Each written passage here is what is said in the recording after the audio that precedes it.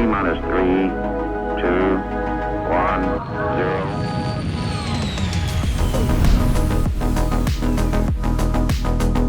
0. Hello, friends. Welcome back to another episode of the Launch Sequence Podcast. Hey, it's a space game day, and I'm sure you can imagine we may be talking about a specific space game.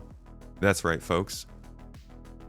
Star Citizen. We're talking about Star Citizen today, but also we're going to be dipping into a little No Man's Sky because I know my man here joining me today, Morphologis, has been playing it a little bit, and we have had several conversations throughout the years touching on both of these games as well as other space games, and I think now is like an interesting time to take a look at how Star Citizen is doing, what it's offering, where it's headed, and also on the other side of the aisle for people who maybe are looking for a little more casual stuff or want to play both games because crazy enough it's possible.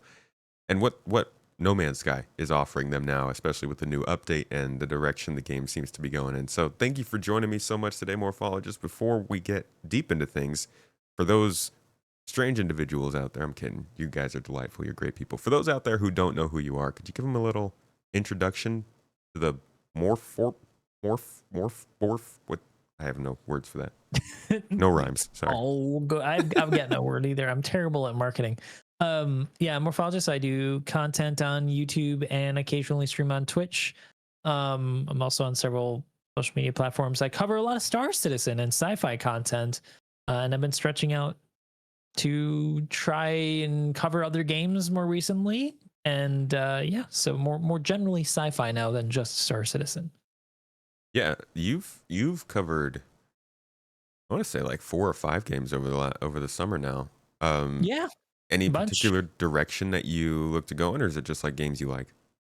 I think it's got to be a game that I like because I don't like faking excitement. Like, I'm not just going to cover a game because everyone thinks it's cool. I'll cover a game because I'm interested in it. Like, I love the Dune franchise. I've always loved the books. So like when the Dune game came out, I was like super excited for it. Resurgence of Battlefront 2 was like really exciting. I love Battlefront and Star Wars. And I even covered some Battlefield 6. Video didn't do particularly well, but people still watched it, and I loved making that video. I enjoyed the hell out of it. So, of course, I'm in Sky. So I'm not gonna lie, I would love to make a video about Battlefield 6, but that's far outside my wheelhouse. I think for the channel. You've got some extra channels for that, man. I feel like you got to use that. You don't be too afraid. I think that as long as you're really interested in the topic and you make good quality content, I think some people will watch it. And the more you grab, touch other people's interests, the more you have a chance to grow and, connect with other people who share your similar interests, right? Just because someone likes playing Star Citizen doesn't mean they don't like playing Battlefield. I actually think that, there's that weird Tarkov crossover from Star Citizen. I'm sure you're familiar with it, right? Oh, yeah. A lot of people from Tarkov love Star Citizen. And we like that kind of a connection happens, like, because there's that cool first-person shooter element of Star Citizen that's so. I don't want to say like industry leading. It's nowhere near that, but it's got the potential to be really good because of like how kind of milsim it can be sometimes, right? So, and that's my take on it. There's a whole wave of people in the comments telling you about how it is no longer Tarkov, but it's Tarkov, it's COD now that it's pulling people from. I don't know. There's a lot of the Star Citizen community is a diverse group of opinions, and I love that. And there's a lot of different types of gamers in the Star Citizen community, all with very different expectations, and it makes for some interesting conversations when talking about the future of Star Citizen. Very interesting, very interesting. So, speaking of games and stuff, are there any interesting ones that are coming out soon that you've been looking forward to? Yeah, Jump Ship and Battlefield 6, really different types of games, but both I'm very excited for. I'm hoping to get into a game of Jump Ship with some friends and record some footage and make a video on it eventually. We'll see if I'm able to catch the wave. Yeah, I would love to try and hop into a match with you at some point. I'm hoping that this game has legs. It looks really fun. It is really fun from what I've played. And they are very closely sticking to the Deep Rock Galactic line of production, it seems. Yeah, I've played that before. Okay, yeah, I'm familiar.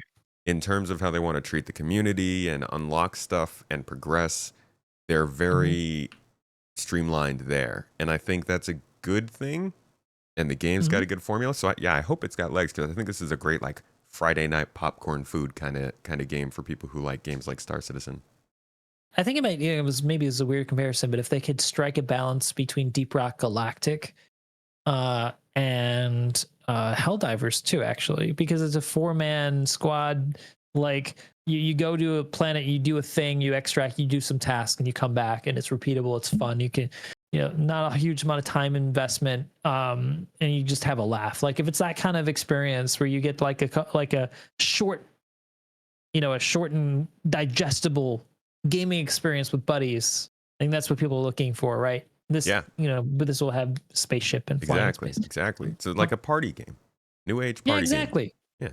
I think, but yeah, the longevity, it's hard to say. I think a lot of games in this genre, as you well know, really struggle with longevity. There's only a handful of games that have survived any duration of time for people's interests. So Yeah. And then you mentioned Battlefield 6. I'm very excited for that. But you know what game that I almost forgot about that I think might take my shooter game attention this year What's that? whenever it releases? Arc Raiders. Oh, Arc Raiders. Yeah, no, I've heard about that. It looks really good. Yeah, it's an extraction shooter, right? Yeah, first extraction shooter I think that's hit like a sci-fi tone that I'm really into. I don't play extractions. The only one I've ever played for any amount of time was Hunt Showdown, which I think is wildly different in pacing compared to some of these newer ones. But this one looks really, really fun. I am into it. And from like the robots that you're fighting to the atmosphere to kind of like the aesthetic of all it looks like The Division meets that movie Oblivion, kind of, with Tom Cruise. I don't know. It's got a nice tone, atmosphere to me. Yeah, for sure. Lost my internet spiked again. All right, it's probably Taiwan. All right. Internet problems. Yeah. Anyway, well, then we've got this little game that I heard of that I don't know. It's like it's been in development for a little while. It's some space game, and like they talk about it needing some additional funding. I don't know. It's called Star Citizen. Have you tried that one? Oh, isn't that scam game? Vaporwave. Vaporware, right? Like I heard it's not even playable. I heard there's like it's still 15 years and not. Yeah, man. Playable. Do you even play that game anymore? Actually, seriously speaking, yes, but not as we'll get into this. Just not as much anymore. I've kind of had to change my approach on the game this year, I think, because of a lot of different factors. But their development focus on Squadron 42 is really shown how limited they are and able to make meaningful progress, I think, in my opinion. So yeah, I mean that. I don't know. Are we getting into this now? Like, let's talk. I want to hear about how Star Citizen's been treating you, how you've been feeling about this year. How's the gameplay been?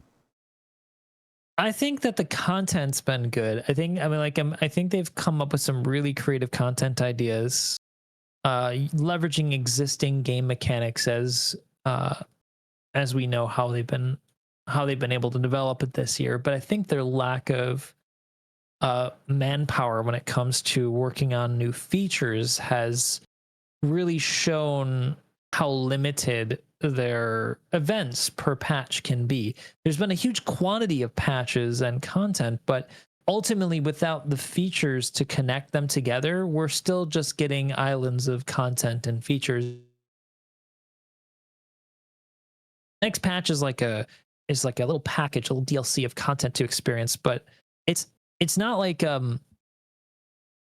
it's not really changed the game that much. There's more things to do, more places to see, but I would argue that's not really the problem with Star Citizen, is it? I mean, there's the stability issues, right?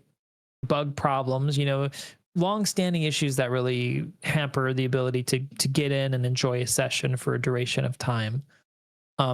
basic lack of really basic but important features like community tools, getting together with friends and being able to get into a game and do something quickly. I mean, like it's without any further development on major features, we're still in a situation where you need at least an hour before you can do anything in Star Citizen,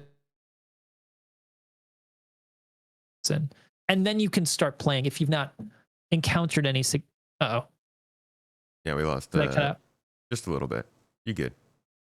Yeah, you need still like an hour before you can start doing anything, I would say, significant. And then that's only if nothing happened that stops you from wanting to do the thing you wanted to do.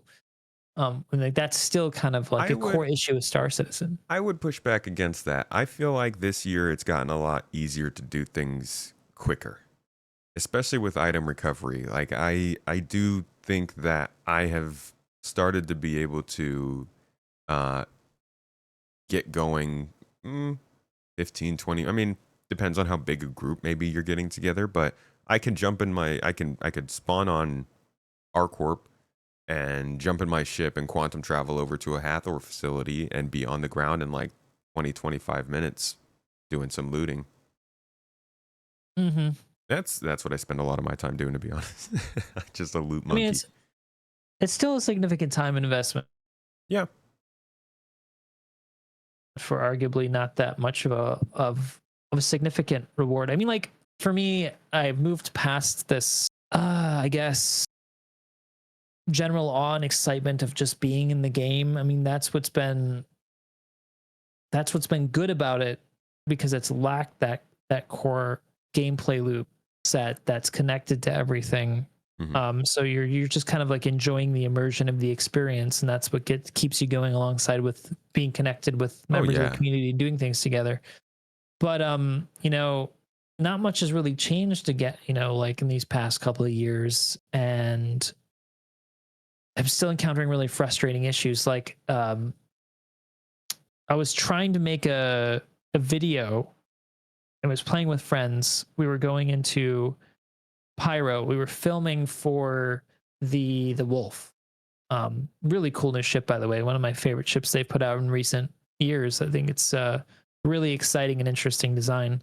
But I couldn't refuel at the station. I had to reclaim the ship, and everybody was having this issue. Like these basic frustrating issues Yeah. that just knock off 20-30 minutes of your time trying to work around them Yeah, are that's just true. so frustrating. I mean, that's really kind of the core problem that I encounter so often. And because I'm so busy, I found myself just when I don't have a goal or want to do something specific in Star Citizen, play something else, because I've just stopped wanting to put up with this. So like when I started this conversation and the shift into this topic by saying that I've changed the way I look at Star Citizen, the way I play it. So to come back to that, to say exactly what I meant is, I mean, I look at it as it's not a game that I like sit down and play often anymore. I used to do that all the time. I would just sit down and play Star Citizen and just enjoy the experience of playing Star Citizen, the immersion. Now I need more of like a specific thing that I want to do, or I'm just going to go play something else to have fun, relax. Because Star Citizen can be so stressful to play for so many reasons.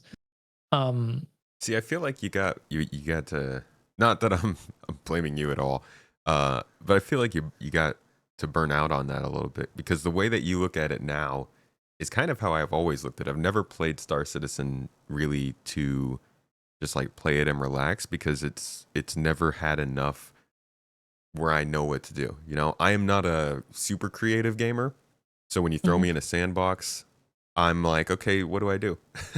A lot of people are very good at going out, creating some kind of scenario for themselves, and then making a video out of it, or just like inviting some friends along, or just having fun.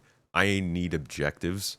And since Star Citizens had such bad objective based content for so long, I never really got that into it to play it. And I think folks like you who have been playing it so much, so often, it's so much easier to feel the lack of movement on certain parts, like certain bugs and certain problems that are still around.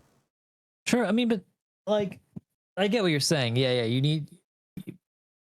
the difference for me now is because I did always want some objective. I was more cool sometimes with just like not necessarily having a goal in an evening when I was playing Star Citizen. I usually wanted to accomplish some specific thing. But I mean more to say like, like I'm going into it because I want to create a specific video on something. Like there's a new thing that came out, new piece of armor or some kind of topic that I want to. I'm personally curious about it because I still care about Star Citizen. I want to find out what it looks like, how to get it, what it is it good, is it bad? Like I'm interested, I'm curious. Just like I'm making a video because I think people are curious about the thing that I'm curious about or interested in, right? Yeah. But outside of doing that, once I answer that question, like the loop that they created for ASD, I'm just not playing it. I'm not just going into it outside of making content anymore like I used to. And this whole thing with the event that they extended into this patch, I don't really feel the FOMO anymore. Like I just don't really care that much because it's just a piece of armor, really, right? And the thing is, like, it's not that armor doesn't really do anything significant. It's no really different than, I mean, like it's visually different, right? But I feel more strongly than ever that Star Citizen can't keep relying on FOMO as a way to drive people's interest in the game. The journey from when you start to when you end, that point in between has got to be fun and interesting. There's got to be something more to it than you don't want to miss out on this thing. So yeah, I mean that's kind of the difference now for me looking at Star Citizen. I'm still making content. I'm actually working on a really exciting video right now. I told you a little bit about it because I want you to voice ATC, but we're gonna try to make a cinematic of a CitizenCon video from 2014 and kind of compare it till now.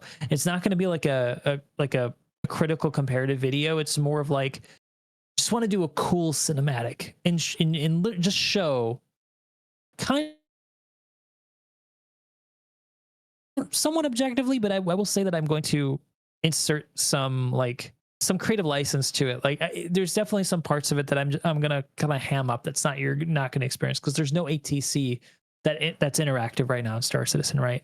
Yeah. There's no ground crew that walks up to the ship to unload it for you. There's no real meaningful pass through for going through customs. There's no scripted sequence of you coming down and landing with a cool epic experience flying through Arkham. None of that really exists yet, or maybe it never will. But I kind of want to create that experience, that awe and wonder that we all felt back in 2014, but show how that looks now, which is really impressive. And I think it'll highlight some interesting things like how far Star Citizen has come, and then where Star Citizen, I think, still needs to improve, where the old 2014 demo did things better than Star Citizen is even doing right now, even though maybe it's not visually as crisp, but it's still, I think there's an immersion factor to it. There's something cool about it that we still don't have. So yeah, it'll be a really interesting It will be. thing to put out into the community and start a conversation about, because I'm excited about it. So yeah, I mean, that's kind of like, that's my drive right now to get into Star Citizen, that kind of thing, but not just to get in there and play with my community. Yeah, I get that.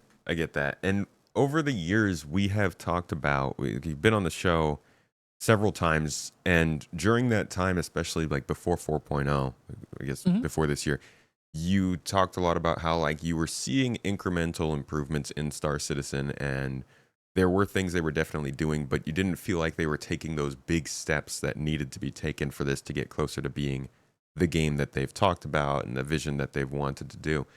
Don't think we've really had that conversation much since then, but do you feel like any of that has changed, or No, not really. Yeah. I Even think with in server fact, meshing and stuff? it's completely stalled, really. I think server meshing has expanded the universe. There's more people, which is great. And I guess that it may improve the experience because there'd be more player interactions. It would make it more exciting. But honestly, I really don't feel too much of a difference right now. I think perhaps it could be that 500 players versus 50 or 100 maybe isn't a significant enough increase to make that much of a difference for more common human interactions. But I would say the bigger problem is that there's still not been that significant step forward in game mechanics and connection between these different systems to make the game feel like it's made a substantial step forward. Yes, we have more content, we have more space, we have more technology, but the connections between them is still not strong. There's still, it's still not significant enough to make it really feel like a game right now. I mean, that's where I am. Like all this stuff they talked about with Pyro. You remember back, set yourself back before Pyro released, and all the things they were talking about leading up to Pyro's release, about how, you know, there's going to be this reputation system with the gangs, and like there's these cool parts of the stations that you would only be able to go into, and after you got better reputation with this gang, you'd be able to buy some really cool stuff there because the rep was really high. And while there was no law system in Pyro, there was still a system of rep. Like if you do something wrong against the gang, they're not going to like you. They're not going to let you land at their place, and it's going to feel significant. Well, none of that stuff ever happened, and we don't know when it's going to happen. So I still feel like, and it's all Squadron 42, really. I mean, we've known this for years, that it's been Squadron 42, and now this year more than ever has been them focused on Squadron. And I feel like we've covered this so many times that it's probably why people have stopped watching Star Citizen videos altogether, more or less. Is because we're just kind of, I feel like I'm spinning my wheels saying the same things over and over again, because really that's all I can say. There's not much to say. I mean, you think about this year too, like without the new features they've been to cover, like the I hate to say this, but the Star Citizen lives have been so few and far between, and when they have them, they're so uninteresting by comparison to previous years when they were talking about feature work, or like before a patch. I mean, I know the patch frequency is greater this year, but it also feels like the information is less this year. It's weird. Right? You know, we're getting a lot of stuff, but it doesn't feel the same. Yeah, I mean, so much of what has driven Star Citizen for so long has been sharing what the development is, where it's going, what it's doing. And now that they're not sharing anything really about tech or features outside of like Benoit coming on camera twice a year, there's nothing to share, because they could share content, which they do. They show us videos of the patches and the story that they're making and all that kind of stuff, but that's not what's driven the development. The development and the interest has always been driven by the game moving forward. And so now, with that missing, I think a lot of people feel the way that you do. I think without the features moving forward, or at least looking like they're moving forward, it gives people the sense that we're kind of just sitting and waiting. At least, and we'll say this for the people who are still here and have been following the game, because you look at their funding and they're still getting crap tons of funding, more than ever, right? That's got to be coming from somewhere. You know, I don't have any access to where it's coming from. I can only guess it's coming from a select small amount of very diehard fans who are willing to spend more and more money, and newer people coming in, though the new player numbers are down. But on average, I guess those people are spending more money than ever. Right. New account. So like our expectation, like I thought this year was going to actually downturn in funding, looking at the dropping interest and dropping new player counts. But I mean, who knows anymore? All I know is what I'm interested and excited about and when I'm not. So, well, the new accounts numbers are up a pretty decent amount compared to last year now. They were lowered earlier in the year, but they caught up over the summer.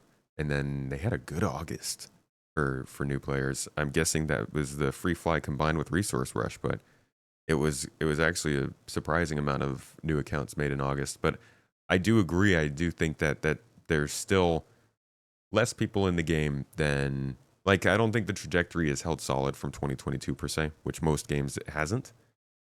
But I feel the folks who are actively both playing the game and following it online is smaller than it used to be last year per se. I think a lot of the people who follow it online and also play it now just play it because there's not much going on online. I think a lot of people still just play the game and don't pay attention to the development. But again, so much of what drives this game forward has always been that interest in development. And I think maybe CIG is realizing that doesn't need to be true anymore.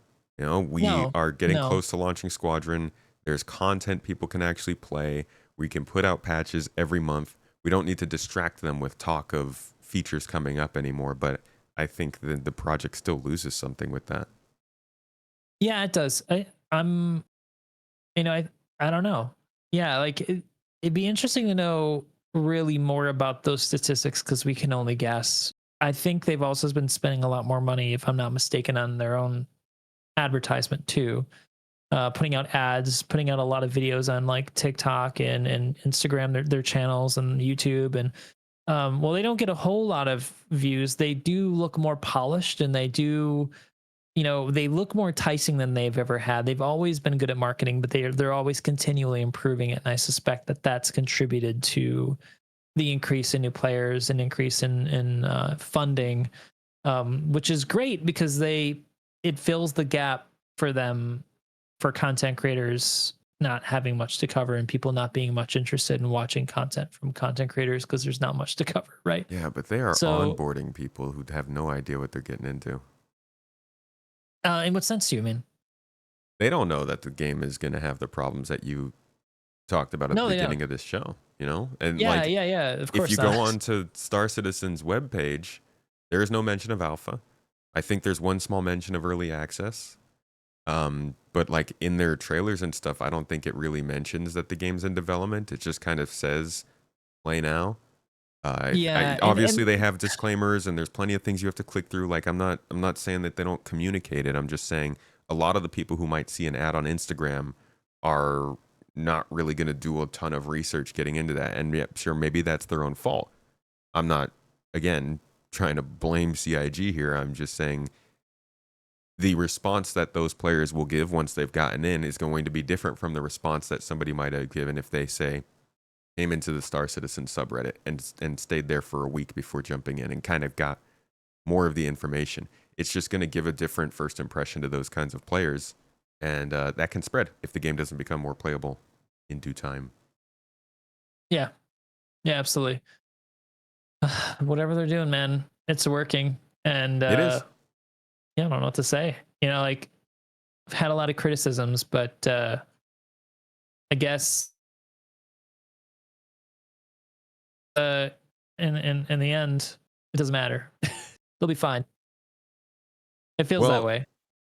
Well, the game itself feels a lot more playable to me. I've been having more fun in game, but I'm still missing out on. I mean, I've freaking all I used to cover was features coming to this game. So, like you said, this year you've been changing up kind of how you've been covering the game. I have been kind of just like It's been hard to figure out what I'm actually doing because my whole thing was I like features. I want to talk about the past of feature developments and the future feature development, where they are with the feature development now.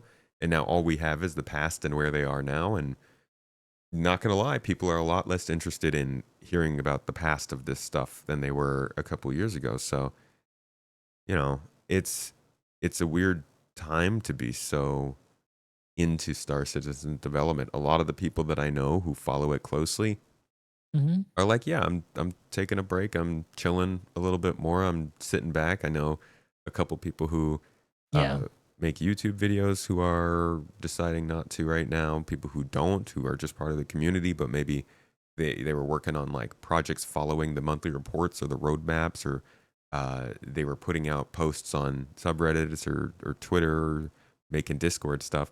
A lot of people have just kind of like, they're still watching, they're still waiting, but taking a bit more of a step back in that waiting. Yeah, maybe, and I don't. Maybe Star Citizen has reached that point where it's so big and they're so well oiled for making money with their ship sales, their advertising, that the community that has kept the game alive for so long, that's sparked conversations and organically spread marketing for them free of cost, is no longer necessary or helpful like it once was.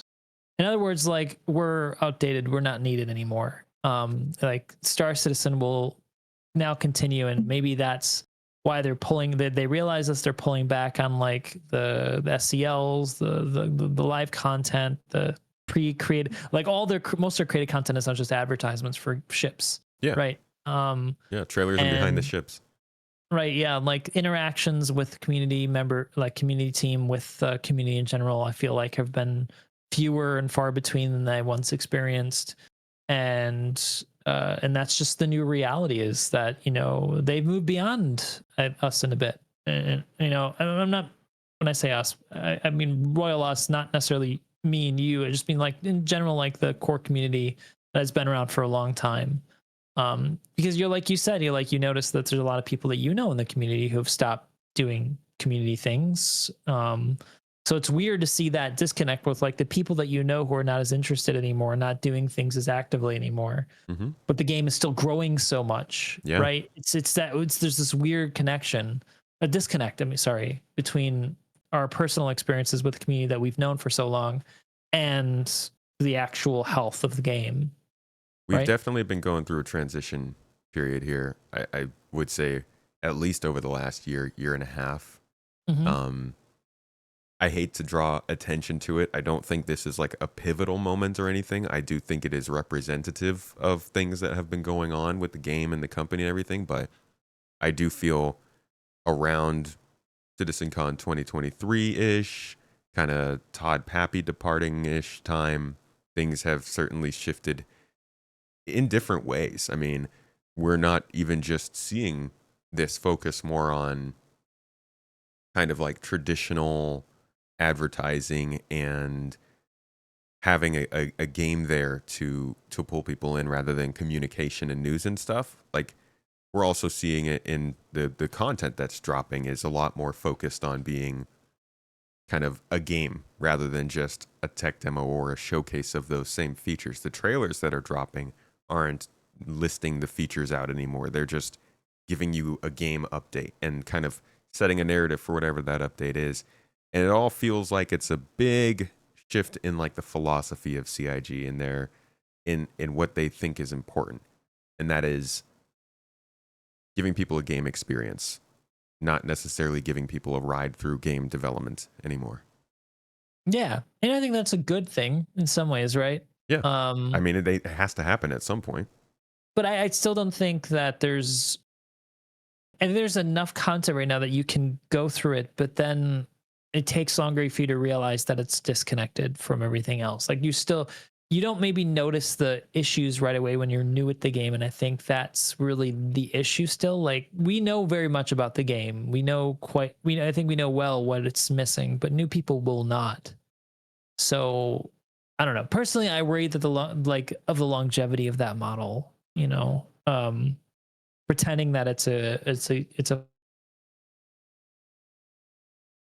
full game. I'm not saying that doing that, but like somewhat misrepresenting the current state of the game, where you will have a long-term deleterious effect on a community that sticks around. Like if you disappoint people, they may never come back, is what I'm saying. Like if somebody has a bad experience with Star Citizen, it's harder to get them to come back than if they've never played it at all, or if that they knew getting into it ahead of time that there were going to be some issues that they would run into to watch out for it. I feel like those people are more likely to be forgiving of whatever they encounter than somebody who comes into it with the expectation that it's a fully complete and polished game, as the marketing sometimes represents, right? That's So I don't just how know. good your game has to be when it finally comes out. It has to be, Just if yeah. you're that good. But you like we were talking about before this podcast, about how creating the No Man's Sky video, there was so much positivity in the comments. But then, like nowadays, whenever any kind of Star Citizen video, no matter what you do, no matter what you say, there's negativity. It's just you've got that inherent negativity with Star Citizen that I think that they haven't reckoned with. There's still so many people that when they hear Star Citizen, the reaction is not positive. Even so people who like it. Yeah, even people like it. I'm just saying, like, somebody who cares about the game and wants the game to be the best in the world at being a space game. I just worry it's a debt that's building up, that it's going to be harder to pay off as it continues to make more people angry. But maybe there's enough content now that people aren't getting angry anymore. I don't know. I don't know. What kind of things do you think they can do in, let's say, the rest of this year, but also maybe the next like 6 to 12 months What are the biggest things that you think Star Citizen could do to start to bridge that gap back to not just building a game that's fun, but also an experience following the game that is like sharing information? Well, um, well, they got to get back to making features. You know, like we got to have just thinking about where they could start to make the game to get back to being feeling like it's making real meaningful progress. Is start from the bottom and work their way up with the with the new player experience. Like let's start with the starter ships. They still suck. Like they're not gold standard. Like the Aurora's like abominable. The Aurora is not far. Sorry. The Mustang's not far behind in terms of like usability versus other new ships that they're coming out with, like tons of really cool features and like little like novelties that work on them, or like cool gun racks or what have you. Like the starter ships really suck. So like a lot of people are getting into the game with a really sucky ship. And I've got to like recommend a ship that's not so sucky, which is the Titan, right? It's still outdated, but it's not as bad as the other ships. Fix those, like make those incredible first experiences. But then you've got to like, I think, start connecting some of the loops, you know, and make some of the loops have rewards, you know, like with the mission system, have a chain of missions that you've got to do. And those missions reward you with something that helps you along your way, you know, like fairly early on too, for new players, like give new players a little taste of a reward to get them interested in continuing to play longer. Like give them, you know, a slightly better new ship or something that they could do for a task that they are enjoying doing. Like give them like a hull A, right? If they like doing hauling, here's your reward, a hull A with a cool skin that you can only get from like completing this chain of hauling missions, right? We'll give you a hauling specific ship. That'd be kind of cool if you got like an introductory cargo contract, but with a faction you've been working with, and they rent you, they loan you out a hull A to haul their stuff, and at the end of it, they're like, you know what, that was great. Why don't you keep the hull A and keep hauling or something? Yeah, you've worked off your debt to us from borrowing this ship. You can keep it now. Keep on working first. Good job. You know, that kind of thing. I mean, like that kind Doesn't of sound like Hurston. simple thing. And then, you know, like a trade. It doesn't sound like you're just an indentured servant. Like a trading hub. I think I was talking to my friend Jack the other day, and he's my community will know who I'm talking about. He organizes a lot of events for Star Citizen, or did when we were more active. We were talking about like the feel of cities as social hubs. Think of your favorite MMO that you've ever played, okay, or one that you recall quite well.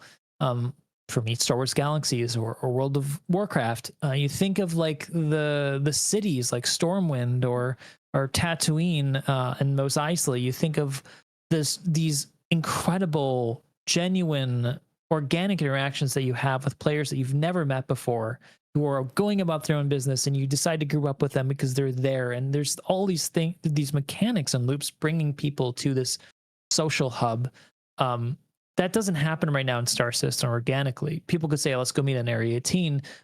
But I think people avoid cities. Like, what do veteran players of Star Citizen tell you to do? They said, go set your spawn in a space station because it's going to make things so much faster to get out and do stuff, right? Yep. That's not great, because these cities they've worked so long and hard on them to make them such awe-inspiring and cool things to see in gaming. But there's just no reason to go down and be in them, and it's such a shame. So like one of the things I don't know if this would fix the issue, but like a player market where you could sell things in cities that you find, like rare items that you've located, like maybe you get the full ASD set, you can sell it on ArcCorp or something. And I think base building, this is a separate tangent, I don't want to go off onto right now. Base building, having your own shops in base building, I think is problematic, because it takes away from that being a good mechanic to bring people to a social hub. You need things to give really important, meaningful reasons to bring people to a social hub, to make it a real social hub. You can't just call it a social hub and expect people to show up, right? You need to have reasons for people to be there. And I think that would make the game feel more alive, because the community, I think what makes a game exciting is connecting with people in the community who can tell you more about the game. You see a cool suit of armor somebody's wearing, right? Or a cool ship somebody's flying. And you ask questions. And that's another thing. Like the demo from 2014 has reminded me that we've lost something with the new hangars. We've lost something with the instancing, not being able to see a ship coming down like on Port Alisar. Remember the Port Alisar days? Oh yeah. Somebody would spawn like a really cool big ship that just came out, or that you rarely back then you would rarely see because not as much people were spending shit tons of money on, excuse my language, on big ships, right? So when if you saw somebody land like a let me think, what's the misc refueling ship is called the Starfarer. Yeah, like you saw somebody, remember back when somebody would spawn a Starfarer, people would freak out. They'd be like, hey, let's go see the Starfarer. And would start these exciting conversations, these organic things that would happen. I miss that. Port Alisar was like a social hub necessarily because it was the only place that you could buy stuff. It was the only place where you could spawn your ship. That kind of, that can't happen anymore because that would suck. It wouldn't be like an open universe. But I'm just kind of trying to say the point is like that was a social hub because the mechanics at the time brought you there. And we kind of need that again, I think. So I think that's another thing that has to happen. It would be great to hear them talk more about their plans for cities because of all the things that they've mentioned. They've talked about underground areas underneath cities. They've talked about changing planets around cities. They've even talked about putting NPCs into cities, but they don't ever really talk about like what more they might use cities for. Ever since building interiors have been a little in question as to whether they're going to happen. It's like, are there going to be businesses here? Like, they talked about it, remember? At one point they were talking about they were going to add missions that you could go on through cities. There was this whole they had concept art for like interior sections of I'm not talking about the instanced underground sections. I'm talking about they were like going to build out interior stuff for other parts of the city. Yeah. And we've not heard about that for a long time.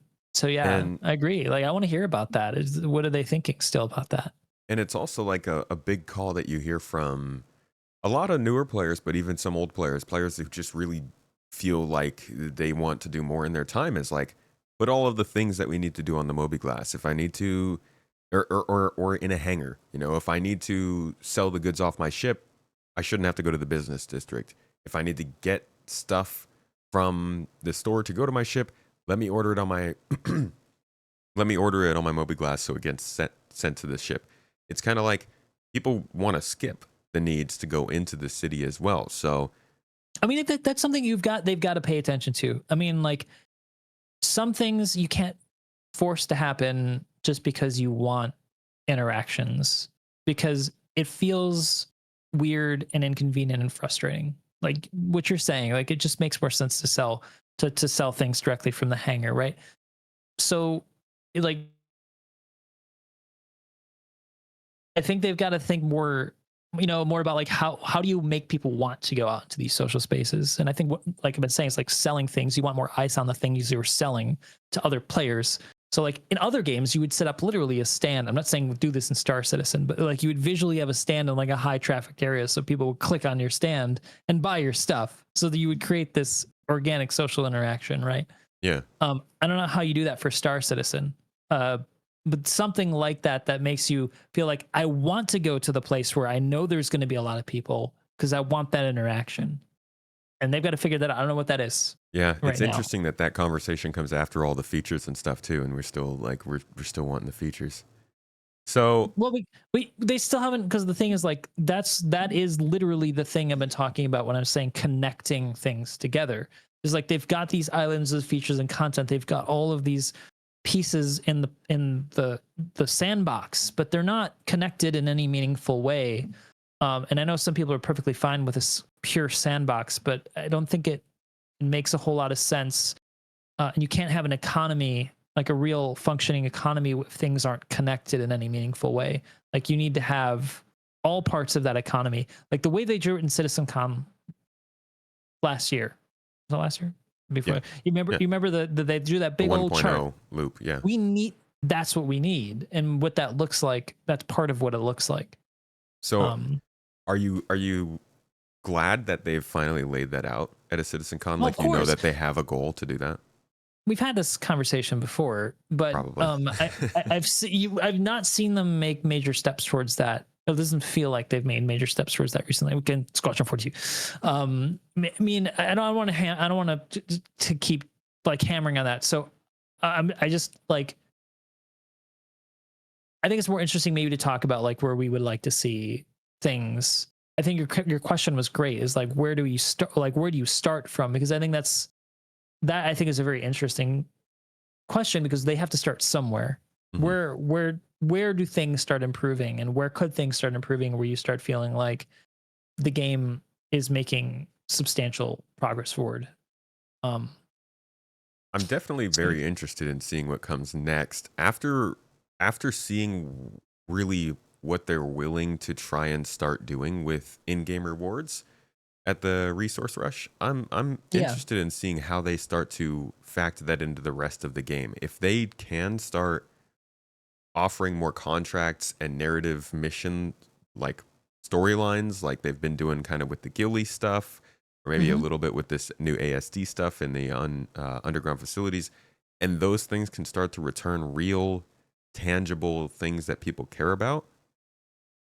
I think that'll be great. Player trading would also be just a phenomenal update, a change that I think, like you're saying, would really connect a lot of stuff, because there are plenty of people who are doing things other people don't want to do.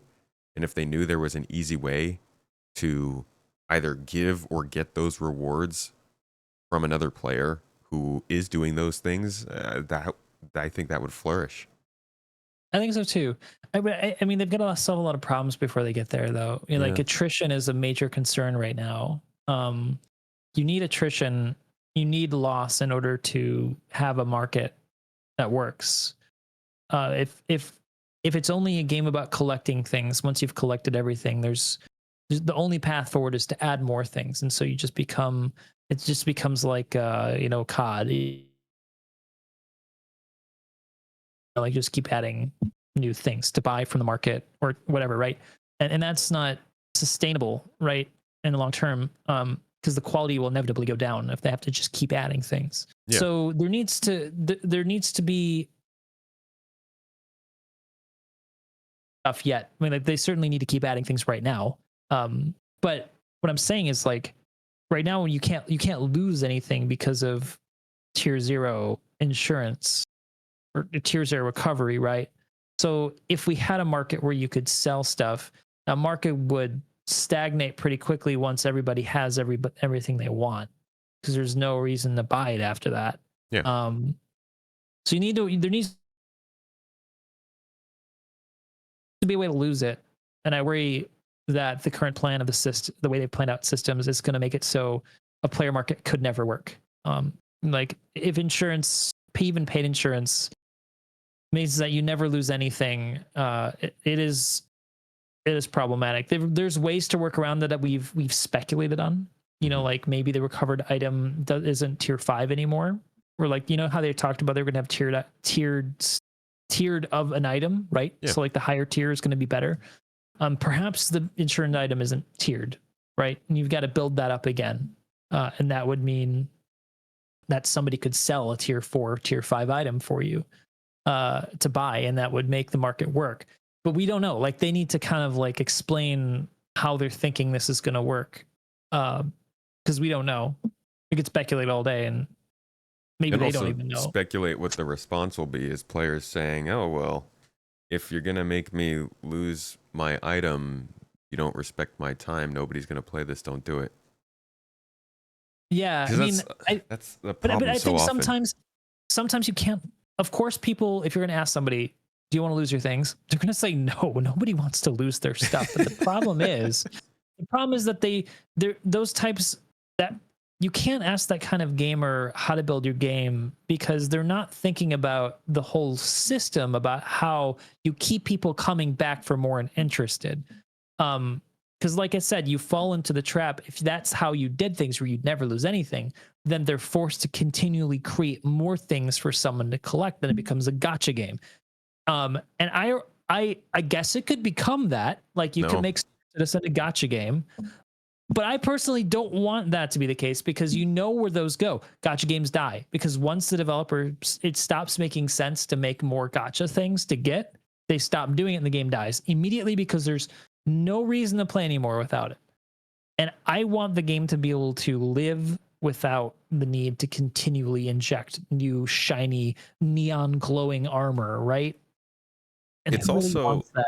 I mean, I guess some people do, but I personally don't want to codify, you know, I don't want Nicki Minaj running around in Star Citizen, right? hey man, maybe I customized my character to look like Nicki Minaj. I mean, if you love Nicki Minaj, yeah, you customize, but you get what I'm saying. Like the whole Yeah, meme yeah, about I get you. how COD has become so soulless and purely about marketing and selling the next thing. You see how like the quality of the game and just like You do know we cover Star the Citizen, right?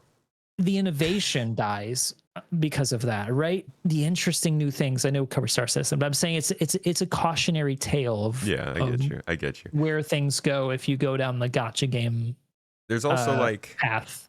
people don't need to like that's okay if people aren't going to play the game because there's loss in it. It's not everybody needs to play a game and there are a lot of different games that we could try out if we don't want to lose things. Yeah, but like things only have value because things are lost, right?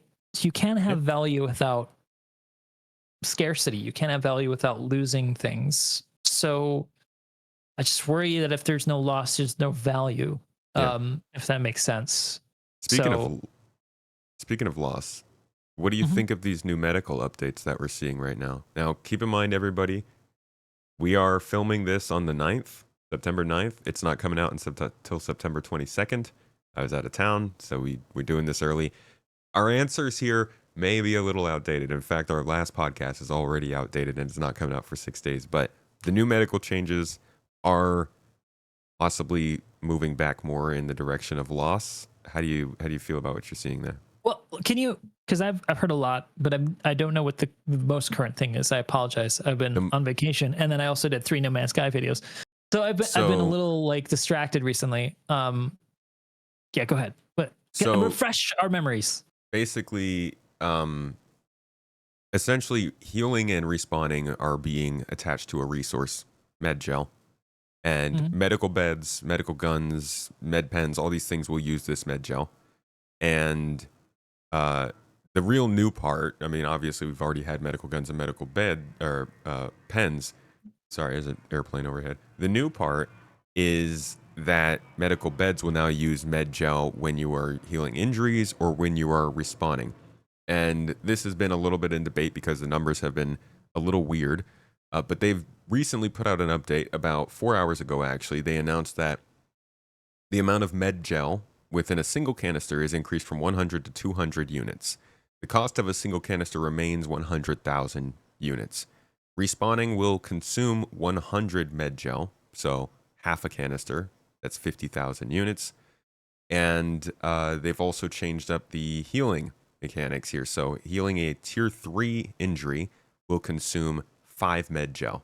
So 5%, no, 2.5% of a single canister. That is the equivalent of 2.5 thousand UEC.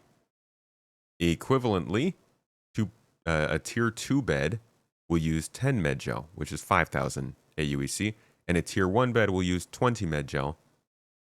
Sorry, will consume 20 med gel, which is the equivalent of 10,000 AUEC. So they've Mhm.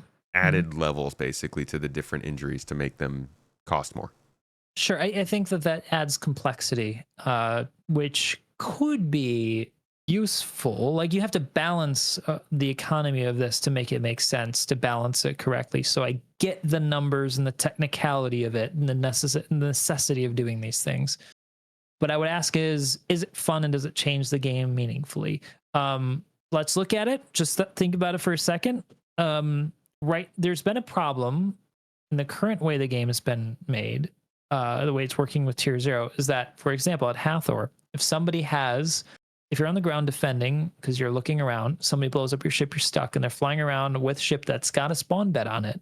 They can keep dropping down on you, and you can keep killing them over and over again and there's no winning in that situation. You just eventually die, right? It becomes a numbers game, attrition basically, and then not the good kind of attrition like I was talking about, where you lose things and loss and gaining things has meaning. This is more of like BS, right? And I had this exact thing happen to me in Hathor. It's like I kept killing the same people over and over again. They kept coming back, and eventually, like I died. Like there's no winning in that situation in the long run. So what this does is it's kind of solves that, right? Because there's a cost associated with it, and eventually their med gel is going to run out. Yeah, that's good. That's good. Excellent. Does it make people want to go save people more often now? Does it prevent people from using backspace as a convenience? I wonder, because those med gel mechanics seem more complicated. So would it just be easier to just hold backspace, and go back? Yeah. And not wait for someone to save. That's the problem, right? Like, how do they solve that problem? So I think that there's some positives, but there's still a lot of issues they need to fix. Yeah. Mechanics they need to introduce. The hospitals and clinics won't use MedGel to respond, so technically you're not paying, right? So like if you use your own ship, you have to pay to keep that MedGel supplied, or you could spawn back at a hospital, which will give you the option of not using any MedGel. It's better cost, but it's more time. And I am hoping they can balance it well enough that sometimes you have a reason to go all the way back, sometimes you don't. And there are consequences and benefits of doing both. One of the major things, though, I don't know if you've seen this, is that in talking about the future of medical and respawning, they're actually working on a respawn screen that will give us the option of choosing where we respawn via imprint. So you can store your imprints at multiple locations, and then when you die, you'll get the ability to choose where you go. We had that in Star Wars Galaxies 20 years, 15 years ago. No, 20 years ago. Wow. Yeah, so it's not a new mechanic. It is actually, it's a good thing they should add in, but it's nothing new. That's good. I guess the question is, like, will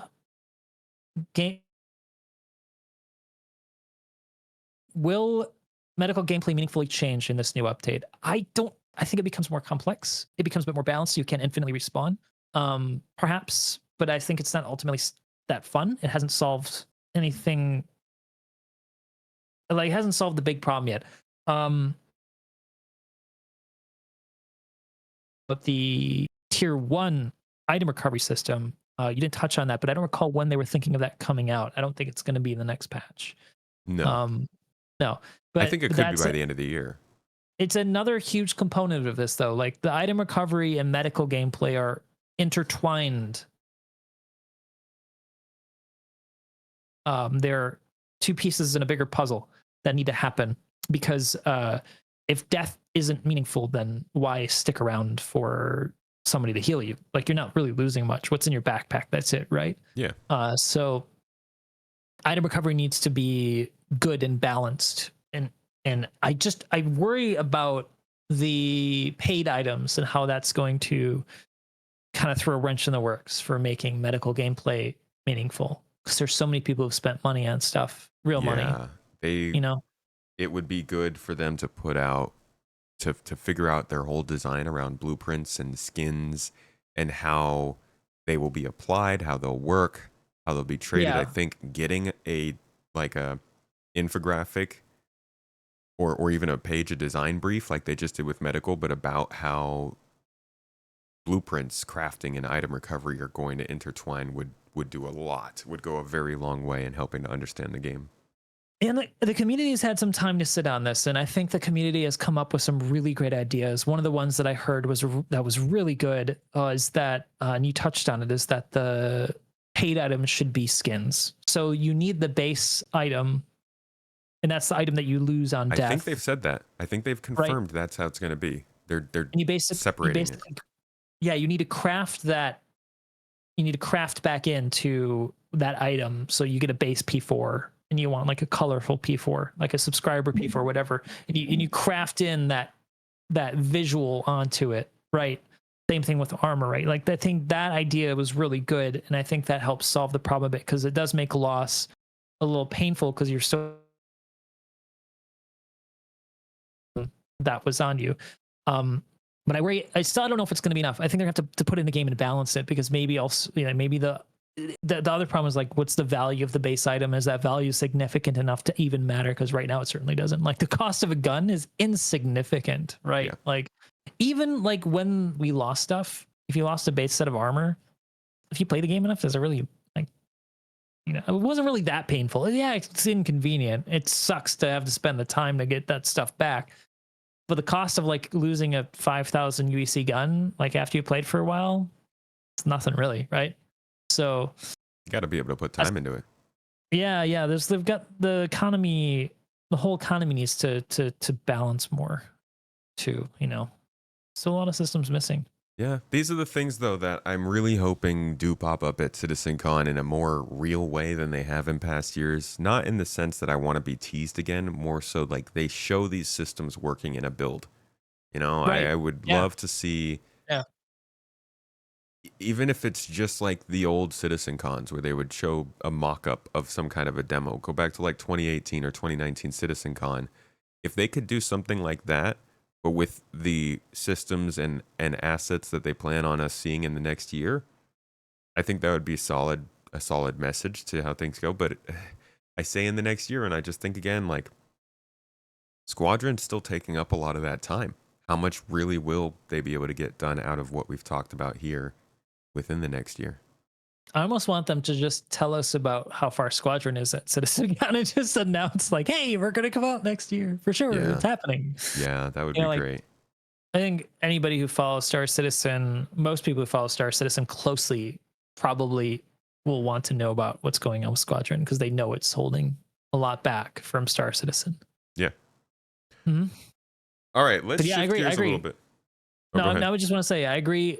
Just to close that section out before we move on, is for the CitizenCon, I also want to see. Yeah, I want to be hyped. I think we need a little bit of hype right now, but that hype needs to come from a genuine place of real vision and progress for how they're going to do the big ideas they shared about 1.0, right? So we know the big idea, but how are we getting that? What's the path to that, right? Yeah. How do we get there? What's the road look like? We need more roadmaps like the item recovery one they put out. Yes, exactly. Mm-hmm. All right, let's shift gears. I want to talk just a little bit here about another game we've been covering, a space game, a little more casual game. I've been calling it Cozy Star Citizen, but to be honest, they are not the same game. They are actually quite a bit different in the way that you are meant to play them. However, we are bringing it up here because, well, for starters, it's still a very popular space game right now, and I think we could reach out to a lot of people who are interested in No Man's Sky and introduce them to Star Citizen and vice versa. But it's also offering similar mechanics to what Star Citizen has, and I feel like so few games have reached that level. And so it's interesting to see a mainstream game getting to that point where they're offering some of the same kind of stuff that draws people to Star Citizen. Let's talk a little about this game, man. It is a continued success story. It keeps going every year after year. When this game had finally made its recovery, let's say 2020, 2021, it reached the level it was supposed to be when it was released in 2016. Did you think that it was going to keep getting more popular, or did you think it would just kind of like coast and be something in the industry? Man, it's like Star Citizen's funding chart. It continually goes up, and nobody understands why. I'm kidding.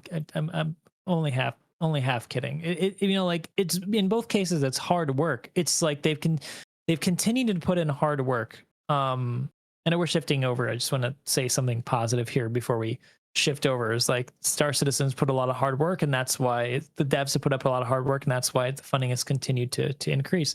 And the reason why No Man's Sky has continued to become more popular is because they've continued to put in the hard work. I think they've demonstrated that there can still be passion in this industry, and that the quality of a product can still be the driving factor in funding. You don't need to inject arbitrary, FOMO microtransactions. I'm not talking about specifically Star Citizen. And if you think that, then that's a problem. I'm talking about generally the industry has this problem, right? Of injecting microtransactions arbitrarily And No Man's Sky is like not having any of that. We're just going to make really good content. We're going to just make the game better and better. And that's why people keep coming back. And it's one like I've seen, I think you published, right? Their published funding numbers, how they've made more money somehow. I think they've also what's fascinating is that they've proven that you can make more money off of just selling the game. Yeah, dude. Instead of microtransactions. Crazy. By developing it. It's wild. And it probably only works because they're a smaller studio and they don't have much overhead costs to pay like a big studio does. But still, it kind of shows that, you know, it's possible to do for an indie studio. Like you can make a spectacular game. Sure, it might take some time, and probably you should set people's expectations and deliver a really solid product like initially to get people excited, so you don't have to have this comeback story and fight the negative press back to positivity. But it shows it's possible. That's what's so exciting about it. Do you think that was on Hello Games, or do you think that was like almost fully in the lap of Sony? I don't think it's. I think there was a lot of factors in that, and people like to point fingers at Sean. What's his last name? I can't want to say. Yeah, Sean Murray. I was going to say Trace, but that's not. That starts. So that's not. Other space guy. Yeah, Sean Murray. Sean, like people like to point finger at Sean Murray, but I think it's only because it's easy to point fingers at a face. I think there was a lot of problems. I think it was like the publisher was trying to push it out, right? I think Sean Murray has a lot in common with Chris Roberts, is that they're both really they're high energy visionaries of the project that they really want to develop, and if you let them talk, they're going to talk really positively. And maybe they're not thinking like they want to lie to you. It's just that they've got this great vision and they want to share it with you. And that leads to overpromising. It leads to setting higher expectations than perhaps what's reality. And I think as somebody who's leading a project as a visionary, you probably look at things with rose-tinted glasses. You see the vision of where you're going. You see it happening. But the reality is that you've not achieved it yet, right? I think both Chris and Sean have had that issue, and that's why they disappointed so many people. I think people looked at him as lying, but I think he was just too positive, and he let the hype get away. Like he let the hype drive him too much to continually talk about the game in the way that he imagined it to be, and then it came out. And he thought it was good, but everybody was like, this is not what you said it was. So it doesn't make him right. I'm not trying to make excuses to say he was right. I'm just saying, like, that's, I think, where it's coming from with Sony and like him, and like there's a lot of things. So yeah. But since then, been and also there's an inherent issue with this genre specifically, that space and sci-fi, people's imaginations go wild. You know, they imagine all of these things, and this happened with Starfield too. Even though they might be telling you directly to your face what you should expect, people will still see what they want to see, and they will still be disappointed by their own expectations that they set. Right? Like you think to Starfield, right? And okay, there's a lot of reasons why Starfield disappointed. I understand, but they pretty early on almost explicitly said that they were going to have scripted landing sequences.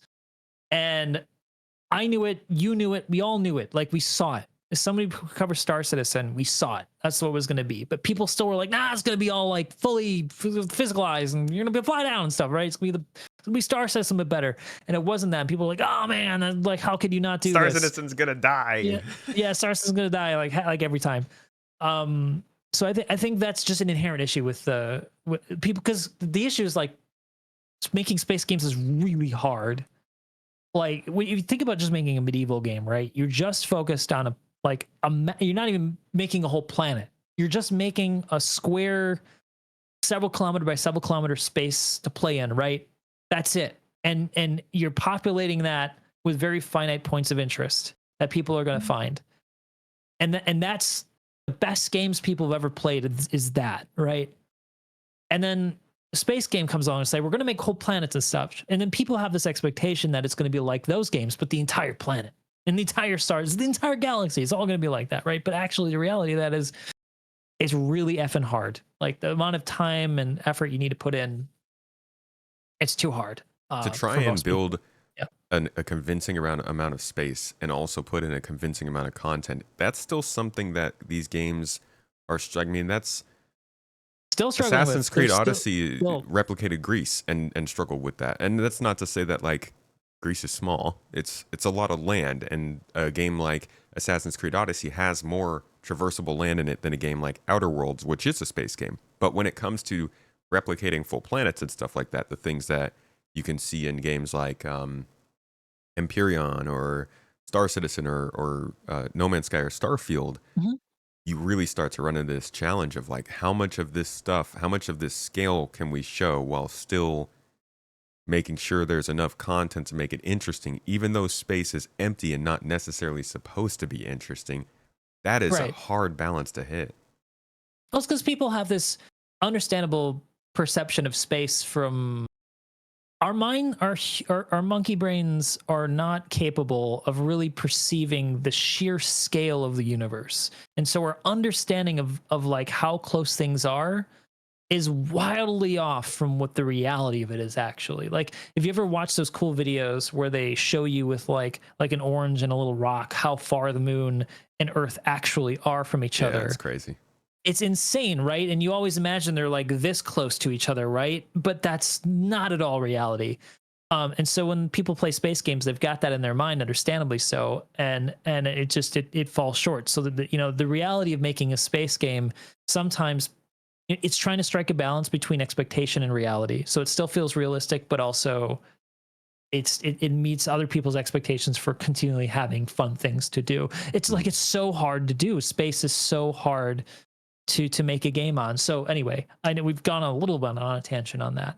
Well, But you I mean, like, I mentioned think that to get back to the reason why we got in to this topic is why were people so disappointed with No Man's Sky. I think that was another contributing factor, as has been the case with all space games that have ever come out, except for the ones that have very narrowly set their scope for people in a way that's very easy for them to understand ahead of time. yeah, I think the RPGs handle it the best because those are games that are still marketed to casual players, not necessarily space fans. But you can also Right. kind of slip in some things that space fans are looking for in the more deep space games. Talking games like Mass Effect, Outer Worlds, Right. Exodus, Osiris Reborn. Like these the ones that I'm very excited for. Don't get me wrong, but they're a little less Right, because about like simulating space and more about just putting you in it. they're about the story, right? When people come in, they're expecting to be part of an interactive movie, and yes, they want to have some exploration, but they don't really think about it so much because they're focused on the specific narrative and mechanics that they've crafted for them, right? Yeah. And that's why those games get away with it so much, and why people don't talk about in Mass Effect, like, damn it, why can't I explore every planet? Why can't I go around and fly into the atmosphere? People don't talk about that with Mass Effect because the story's good, the characters are interesting, the mechanics are fun, right? Yeah, I do think that's shifting. I think that Oh, it is, I yeah. think Starfield was like they tried to be hybrid. They tried to bridge that gap, and unfortunately, I think that hurt them in both areas. But I think also what's happened here with No Man's Sky has definitely shifted people's expectations for a space game. Like I don't think you can put But out. I think that's generally the case for all games, isn't it? You think of any open world game nowadays, the expectations have gone insane for how big the open worlds need to be and how much content needs to be in those open worlds. Yeah, Am I, is my connection going on a little bit? you're Sorry. doing okay voice wise. Just videos slowing Okay. down. Like, the expectations of it used to be the case that open world games were common. They were like an anomaly, a very interesting new idea. Yeah. But now it's become an expectation that every game has to have an open world, and space games are the ultimate open world, literally open worlds game, right? So, I mean, I think that's a general industry trend that's probably the expectations are well outstripping technological capability. I think people, because of movies like Ready Player One, their expectations of what computers and worlds can be in a virtual universe are far beyond. Their imaginations are far beyond what's actually possible with current technology and just sheer man hour limitation, right? to be able to develop all the stuff that you can see and visit and do, right? You had mentioned realism in games, and one of the big things that people say between these two games that sets them apart, not the only thing, one of them though, is that Star Citizen has a much more realistic looking feature set, graphics, atmospheres, stuff like that, and that No Man's Sky is rather cartoony. Do you think that these are two games that are allowed to be compared to, for lack of a better word, like should they just not even be in the same conversation? Thank you so much for bringing this up, because I guarantee you by now people have already commented down in the comment section of this, because that is the first thing that gets brought up whenever these two games are brought up in the same conversation. And I think that people who nearly focus in on the visuals of the experience miss the forest for the trees. Is that right saying? Yeah, I think it is. Yes. The point I'm trying to make is that, yes, technically speaking, one game is more sophisticated than the other visually, in terms of like pixel count, a poly count and lighting and like fidelity and photorealism, right? But as the numbers demonstrate, with the amount of people playing No Man's Sky right now, and the amount of people who the cross pollination between these two communities, because there are definitely a lot of Star System players playing No Man's Sky. I would say the majority, and a silent majority, because not all those people who play watch YouTube and interact or even comment. Maybe they watch, they don't even interact. They like both games and they play both games, and the reason is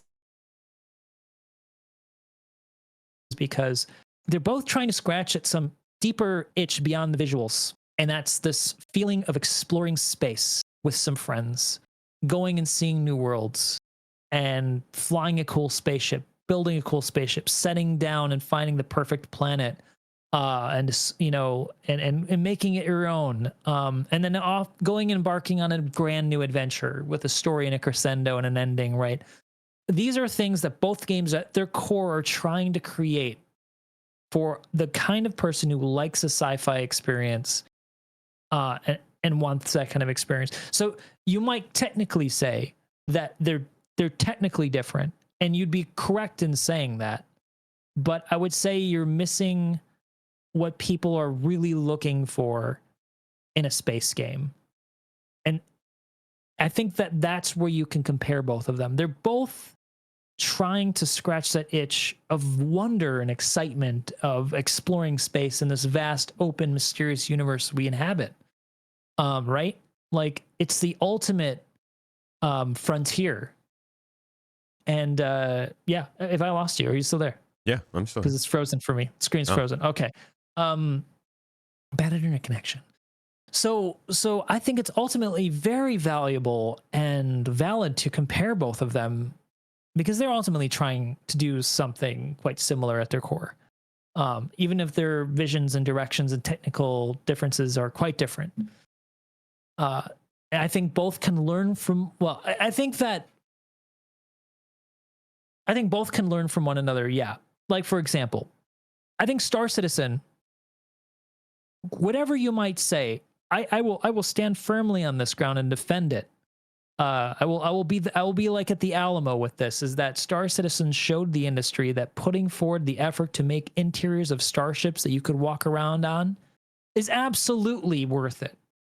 It takes a lot of time to develop. It's a pain in the butt for physics, but people want it. They love it. And, like, yeah, sure, it doesn't make sense for gameplay. Maybe, like, ultimately there's not much to do, but just knowing it's there and that you can go inside is I think every gamer who loves sci-fi and space games most want that, right? Yeah. And finally, No Man's Sky did it, and people are going nuts over it.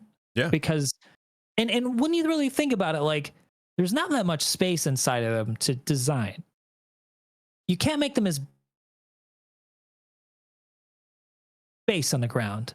Like, when you look at the technical details of what you compare it versus a base is superior. The freighter thing is superior. But there's something still very cool about flying around a ship with an interior with your friends. Hell yeah. Right? Yeah. You know what this reminds me of? What? It reminds me of, I might rattle a lot of people up with this. I used to be very into the tech community, so I know how this can get to people. But it reminds me of when Apple would release a new iPhone or an iOS Mhm. update, and it would have a feature that was on Android phones for a few years at that point. And so you'd have all the Android folks being like, "Why are you guys freaking out? Why do you think this is so good? We've been doing this for years." It's yeah, okay. Welcome to Android Town. And it's kind of like, yeah, that was there, but that's not that's not what people are using. That's not the accessible function. It's funny to say that because Android is absolutely more accessible than iOS worldwide. But in the communities that these people were commenting in, a lot of people who are on the internet all the time, Americans, people, it's more of an iPhone crowd. But it's funny to see that like the mainstream quote unquote option introduced the features to a large amount of people in a much more palatable, understandable, and accessible way that then highlights the pretty cool features that the predecessor or the competitor that came before already had. Star Citizen has had interiors on ships. It's had the ability for people to jump in with friends together. Other games have had this too. Space Engineers had it, Dual Universe had it, but like No Man's Sky comes in here and they show it in an accessible way that has blown the lid on a lot of people's understanding of how these games work. A lot of people are like, wait, you can literally go inside a spaceship and ride around with each other. And some people are coming out of the woodworks and being like, yeah, we could do that on Star Wars Galaxies 20 years ago. Like, it's just Yeah. interesting to see how that that raised awareness can bring more people in and set expectations. I mean, this is a good thing for Star Citizen in my mind because this validates what it's been doing in terms of the ship interiors, like you said. I think I'm not sure about the current version of Apple, but the original, like when Steve Jobs was around, the philosophy behind what he did, um, the features that they would add in, like Android would get the newest and latest cool thing, the newest tech, and they would throw it into the phone. But I think the thought process behind like its usability, its interface, like how it slots into average user's daily life was not quite as well thought out. But Apple would take time to think about how can we make this as user friendly and seamlessly integrated into the ecosystem, into your daily use as possible. Yeah. And that's, yeah, I think you're right. I mean, that's indeed the case. I think with like No Man's Sky, is they kind of figured out, it's not perfect though. I would say it's not. There's still some things they can improve with it, but I think it, like, they definitely figured out how to put it in now in this experience that's super accessible to a wide audience now, right? It's not niche. Maybe it's that technology has gotten so much better. Maybe that's it. Maybe they've just had enough time now to develop all these things that they could I put this mean, in now. we I'm we not say sure. that, but look at Starfield.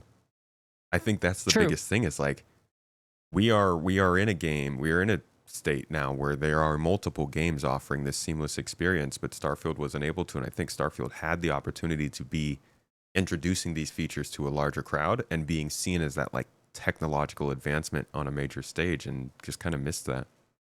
Yeah, I mean, I think that it's that they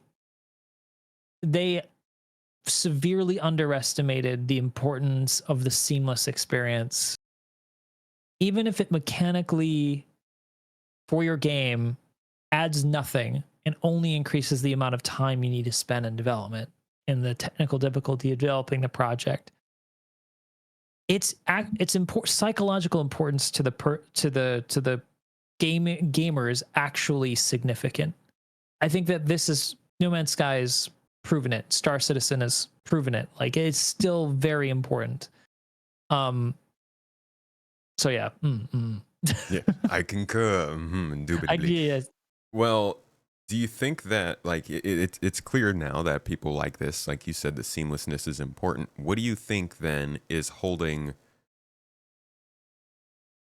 There's a lot of answers to this, but we're seeing hundreds of thousands of people introduced to this feature set, or at least this style. I think the shipbuilding is a big part of it, and that's something that Star Citizen will likely never have to this extent. But the traveling with friends, getting in a spaceship, running some missions, doing that stuff, that's clearly still unobtainable for a lot of people, or not even worth the time for a lot of people in Star Citizen. What do you think is holding that game back from getting more popularity if these features are something that people want so much?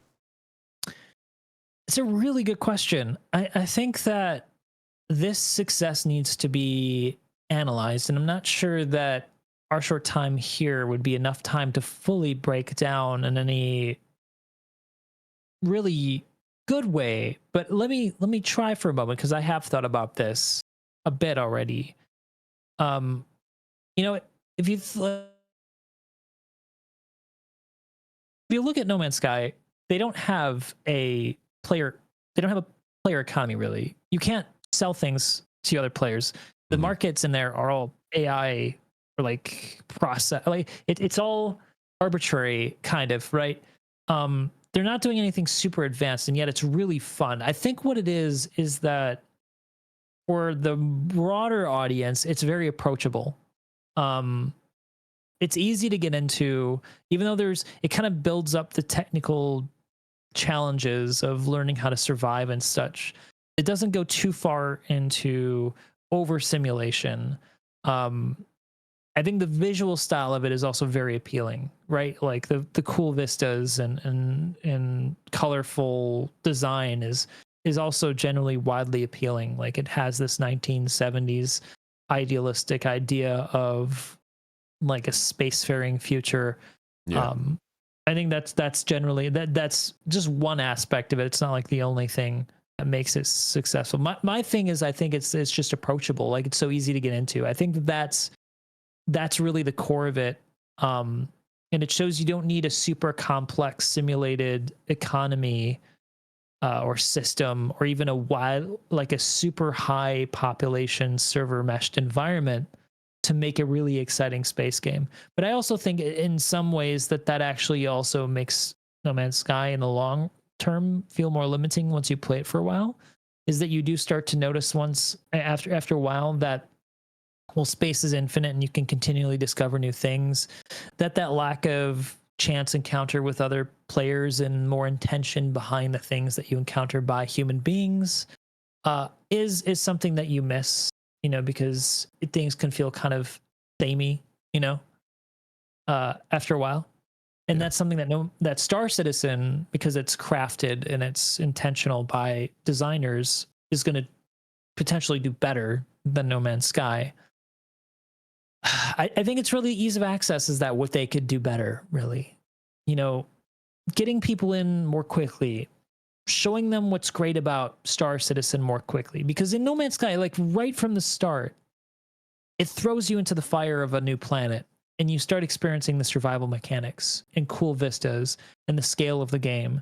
And like it doesn't need to like give you a blurb or show you a marketing video about it. You're just in it, you're enjoying it, you're seeing the stuff.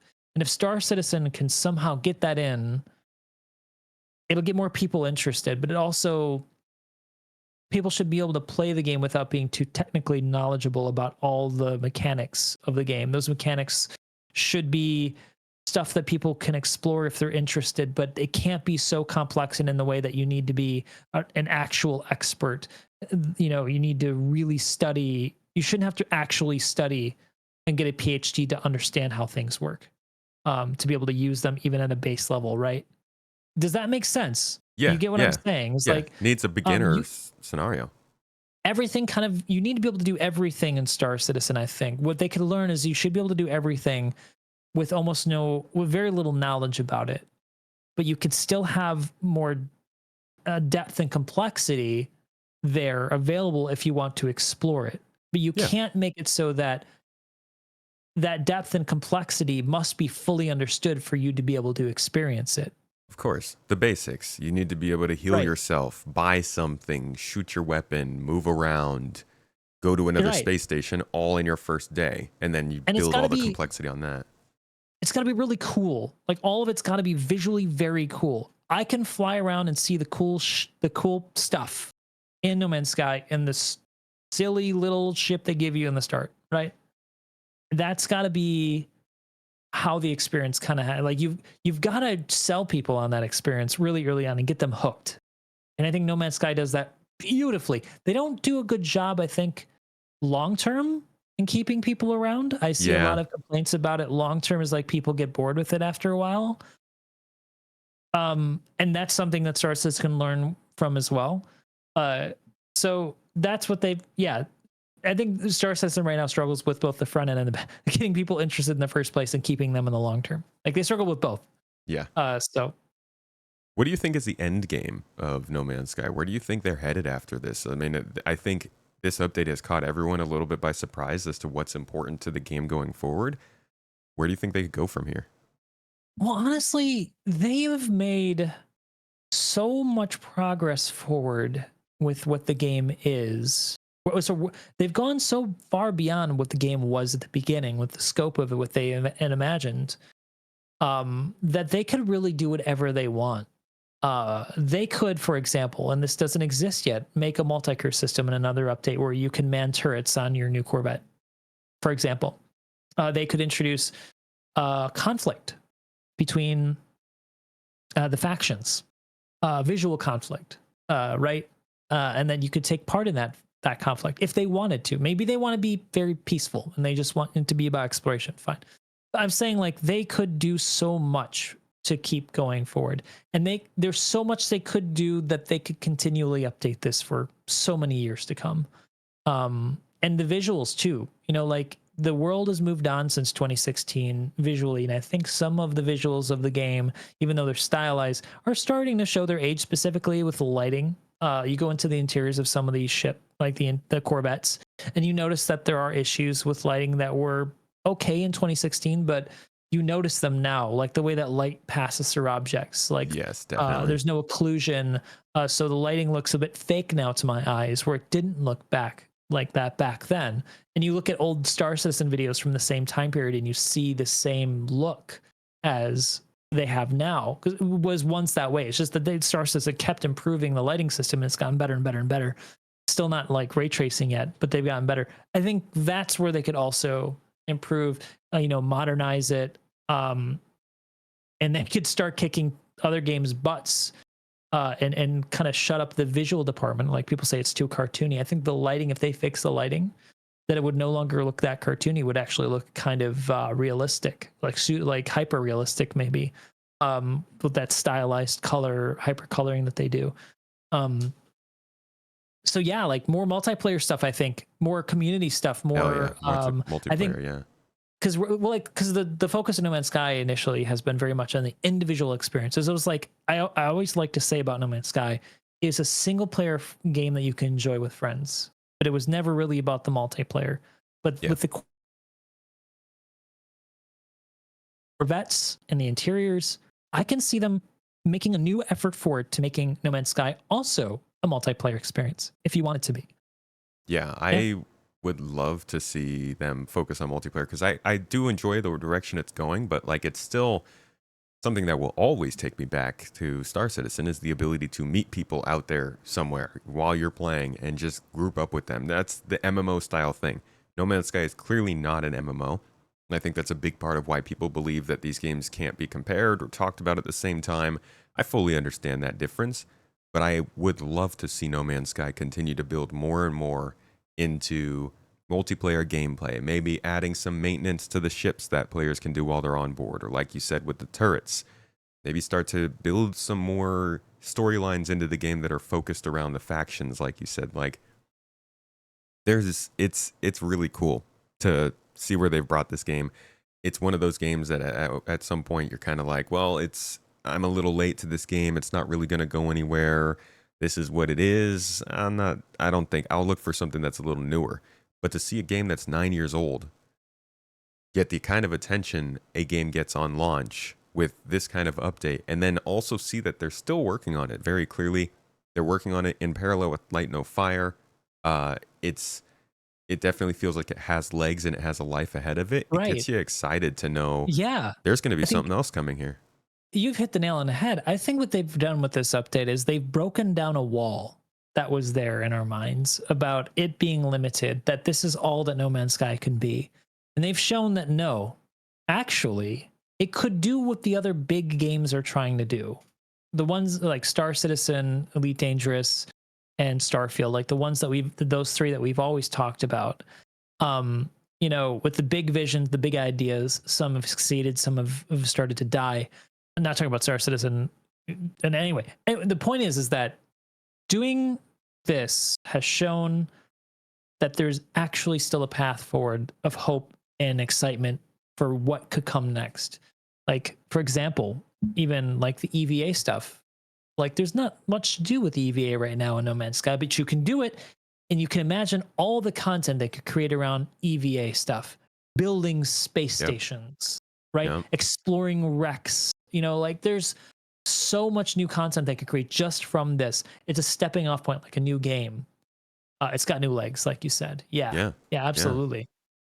Do you think that usually whenever they release an update, there's a little spike in No Man's Sky's player count? This time it's been a massive spike. Do you think that this is bringing people back for good, or just another spike in interest and then it'll flatten out again and go back to normal? I think it will never go back to the lower numbers that there were before, but I think it will go down naturally. So I mean, that's always what happens after release. I think that No Man's Sky still struggles with the longevity of keeping people around. I think expeditions are seasonal content that keeps people coming back for that seasonal content. But the game mechanics themselves, unless you're interested in some specific parts of it that you find interesting to do over and over again, like building ships, building, discovering planets, building your own base on a new planet. Like at some point, you've kind of done everything you've wanted to do. You found that cool planet that you wanted to find. You built that cool base you wanted to build, and then you just set it down and go do other stuff. I think that they've really got to, if they want people to stick around, they need to think of some more mechanics to keep people in, some more interesting things. I think multiplayer is one of those things. So yeah, that's I think it's going to be the struggle. I think what it's going to do is it's broken down, like I said, that wall in people's minds of saying that No Man's Sky is limited and has reached its peak. It's shown that actually there's more to do. There's more to see, and they could do so much more.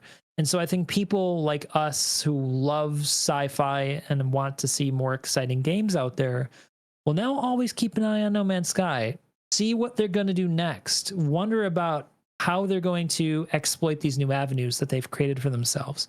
And I really hope that Sean Murray and everybody at Hello Games who's working on this, I know they're working on their new game, Light New Fire, which I'm very excited for, kind of see now, also understand like the potential that they've unlocked, that they could continually make more money off of this project if they continue to support it and expand it, update it, bring it more, make it relevant to newer audiences. I love that. Yeah. All right. To wrap up this discussion, I want to ask a question that I didn't really mention in my own video, but had plenty of people call me out for the similar feature set without leaving it out.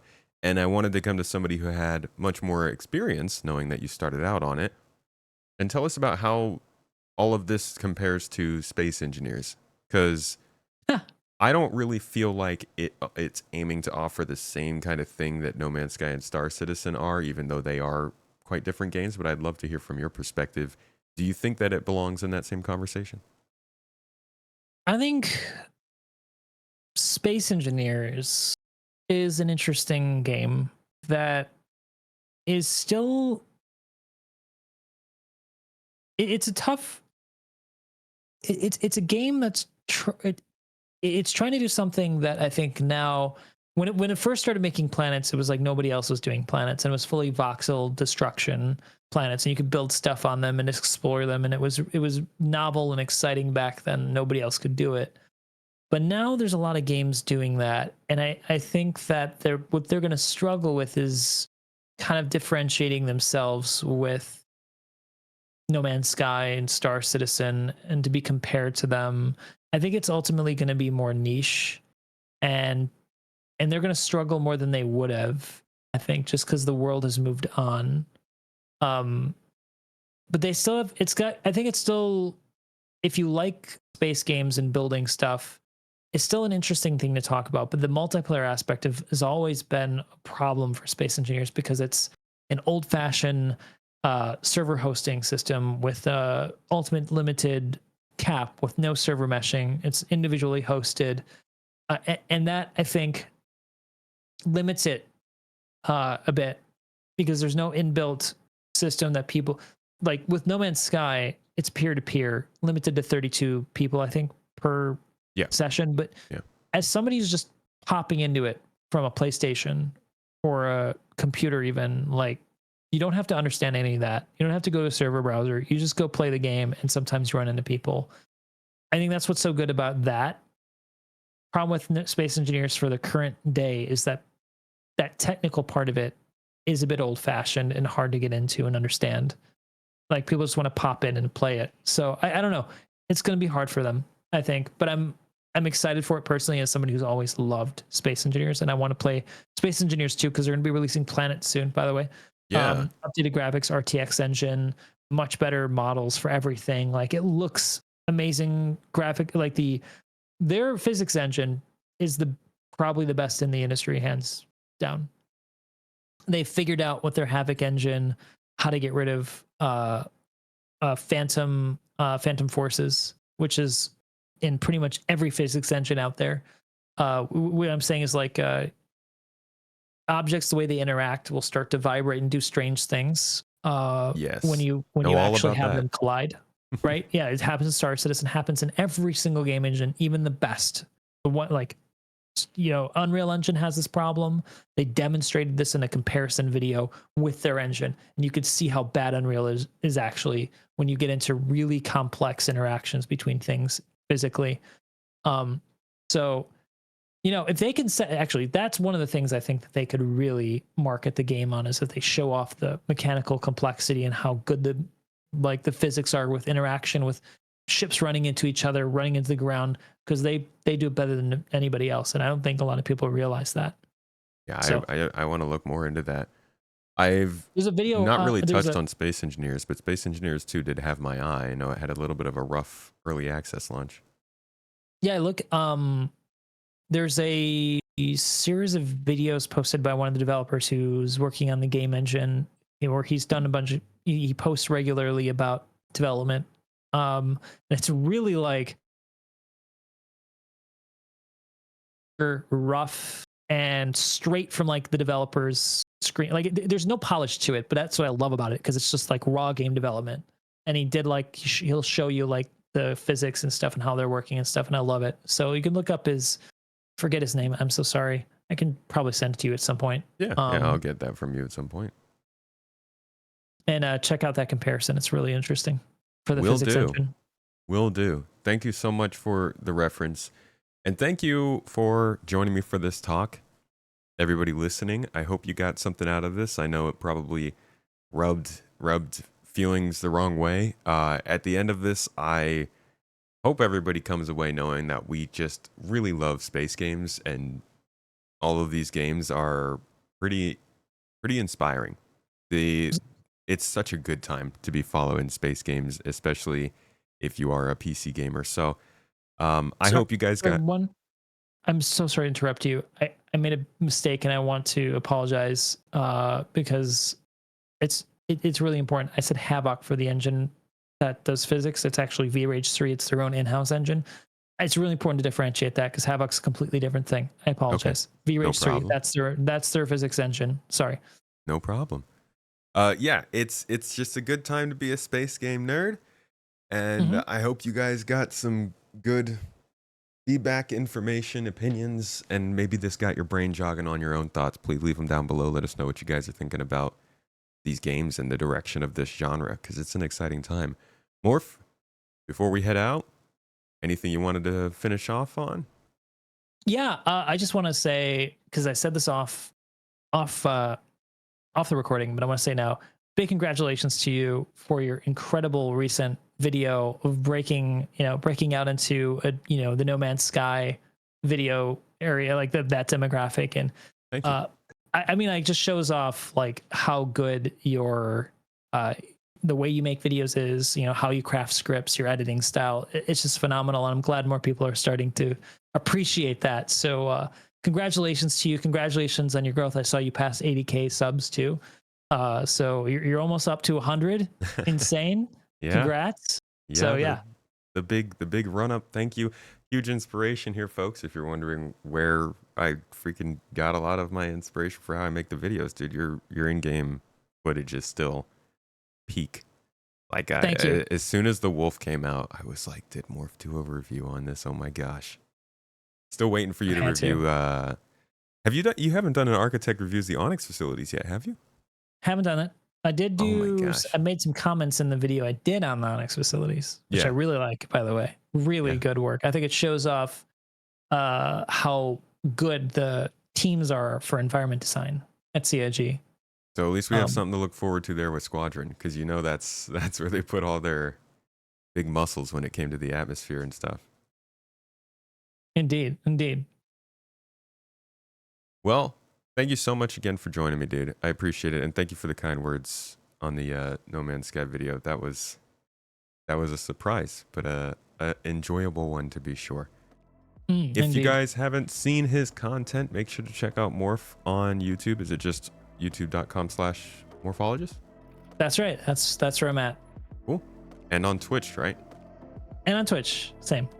All of the links will be down in the show notes for y'all, so you can see his own coverage, rants, rabbit holes, architect reviews, all that jazz. Thank you all for coming and watching this or listening to it if you're on audio platforms. And thank you for your distinct understanding that this was filmed like 2 weeks before it's airing. So maybe some of the stuff here has been outdated, but hopefully it's all up to date and fresh for your ears. Either way, thank you so much for joining us. Hope you enjoyed this one, and I'll see you all next week.